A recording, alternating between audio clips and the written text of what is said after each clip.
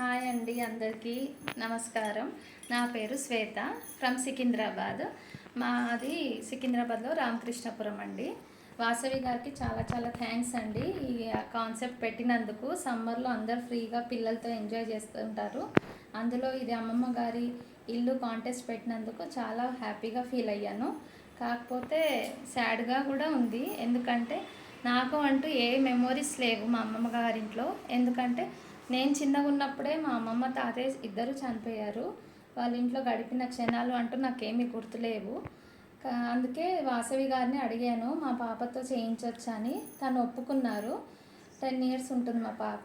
తను ఎలా ఎంజాయ్ చేస్తుందో, అందరూ పాస్ట్ గురించి చెప్తున్నారు కదా, మా పాప ప్రజెంట్ గురించి చెప్తుంది.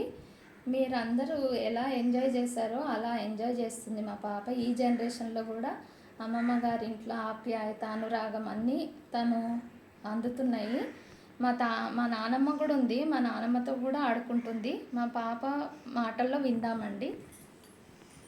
అందరికీ నమస్కారం. నా పేరు శ్రీత.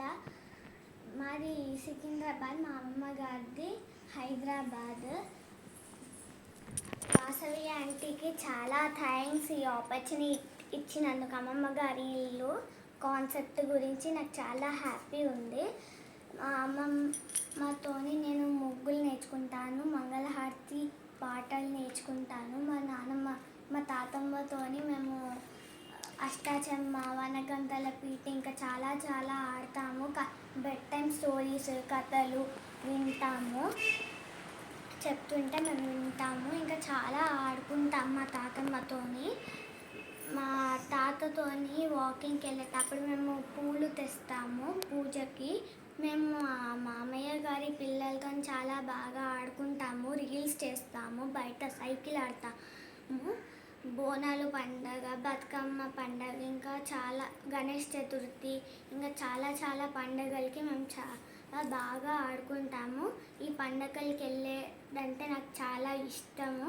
ఎందుకంటే మా అమ్మమ్మ గారి ఇంటి దగ్గర చాలా బాగా అలంకరణ చేస్తారు.